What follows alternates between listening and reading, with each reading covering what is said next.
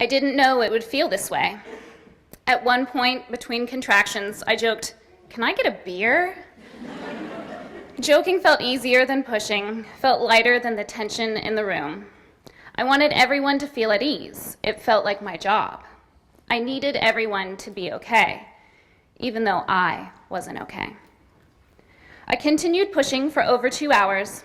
They say that's normal with your first baby, but nothing felt normal in that room. My best friend holding one leg, my mom holding the other, and my daughter's soon-to-be parents in the corner behind my right shoulder. As her mom-to-be tried not to hyperventilate, I reassured her that everything was fine, even though I wasn't fine.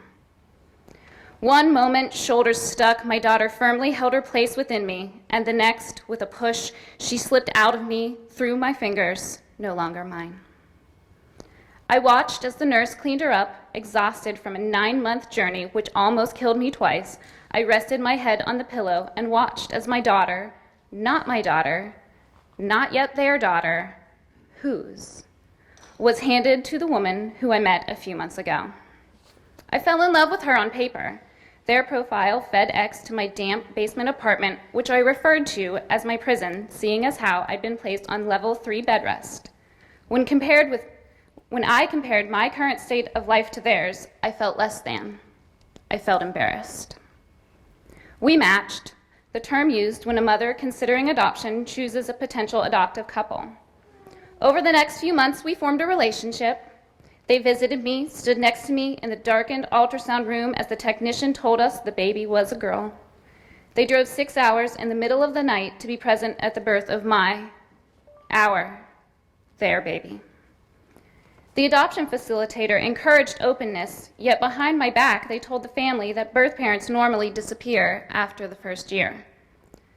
The facilitator told me I could go on to live my life, get married, and have my own babies. But no one told me how it would feel. How it would feel to watch her body slip from my own and then be handed to another mother.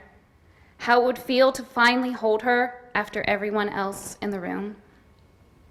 How it would feel to sleep that first night with my baby in her nursery, the adoptive family in their hotel room, and myself, the most alone I had ever felt in my life. How it would feel when a nurse came in the next morning to harass me about the baby's father not coming to sign the birth certificate. I yelled, "This is an adoption! Look at my records!" How it would feel when another nurse came in, sat gently on the side of my bed, and said, "You know, you can request to have your baby with you whenever you want, even at night." How it would feel when I fed her a bottle. They told me not to breastfeed. It would only encourage bonding, as if bonding was a bad thing. How it would feel to watch my best friend give the adoptive parents a gift as I sat in the bed, stomach deflated, biting back tears.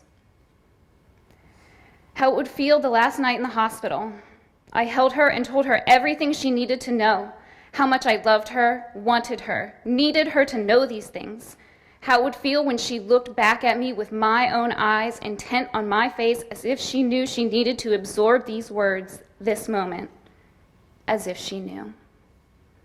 How it would feel to walk out of that hospital alone. How it would feel to walk this life as a birth mother for the rest of my days, forever, without my daughter. I didn't know it would feel this way.